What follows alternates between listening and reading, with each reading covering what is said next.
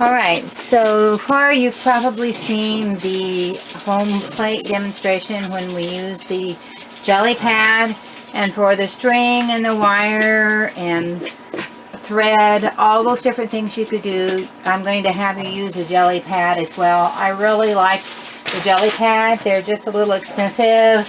$19.99 is what I paid for a couple of mine.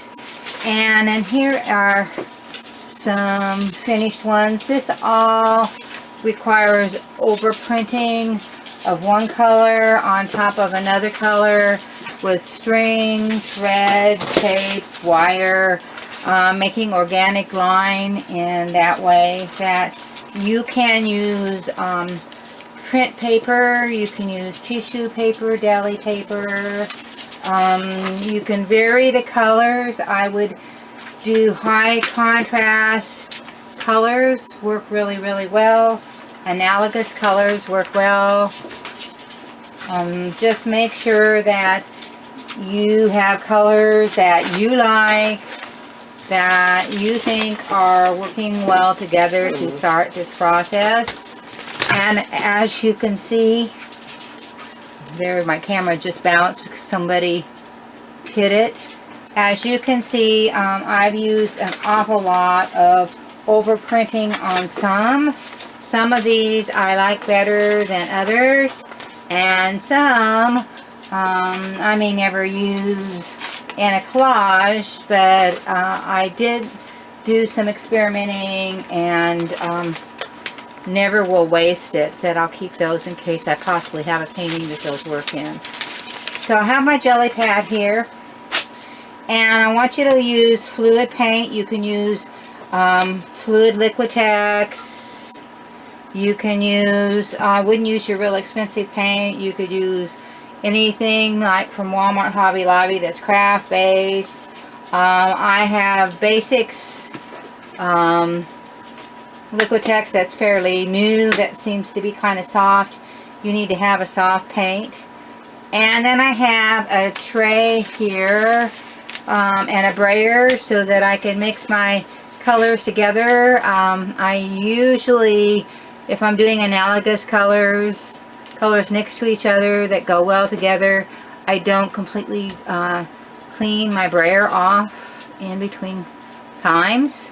So I have a nice kind of even gray tone, and I think it works better when you start with something that makes a bigger line.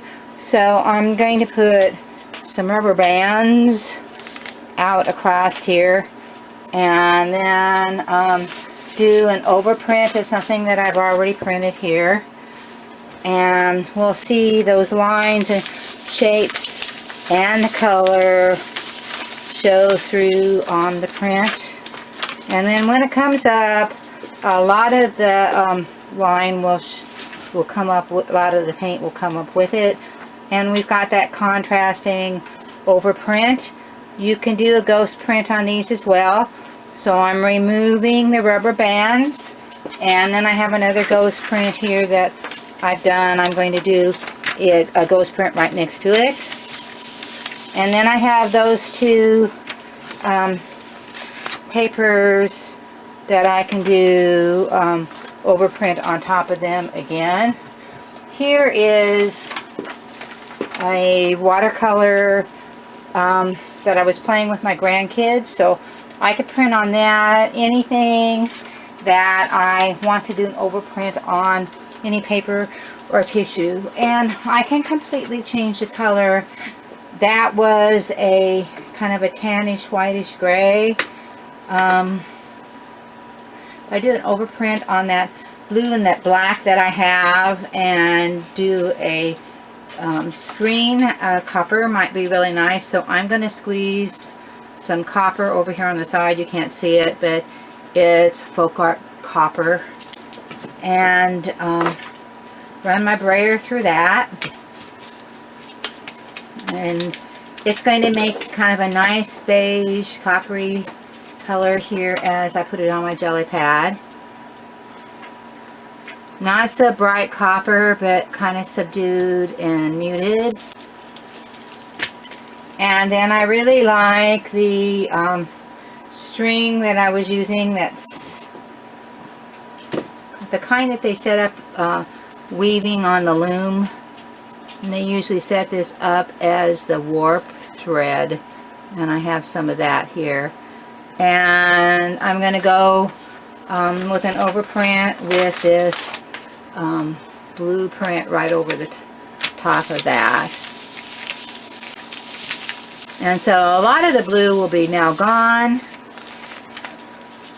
but the thread will come up with it.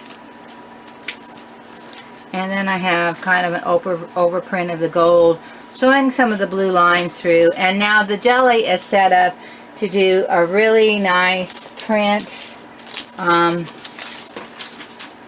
Let's do it over this line drawing and see how that works. So basically this takes a lot of experimenting. Oh, I like that. See, didn't that turn out pretty? And I've got some of the lines showing through, and I've got a really pretty coppery string design. And I'm using string, I'm using ribbon, I'm using yarn, I'm using tape on paper. One of the things that you can do, let's change colors so that you can see, is also draw your lines on your Gelli.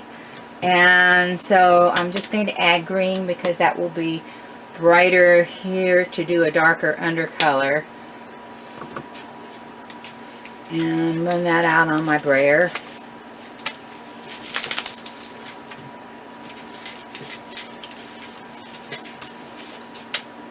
And put it on my Gelli pad. So it's giving me kind of a nice mix of a subdued green tone. And then I was going to show you drawing lines with it. You also can put paper over the top of it. So you could use, let's use this stripe of paper here for fun in the middle that I cut out with Rick Rack scissors.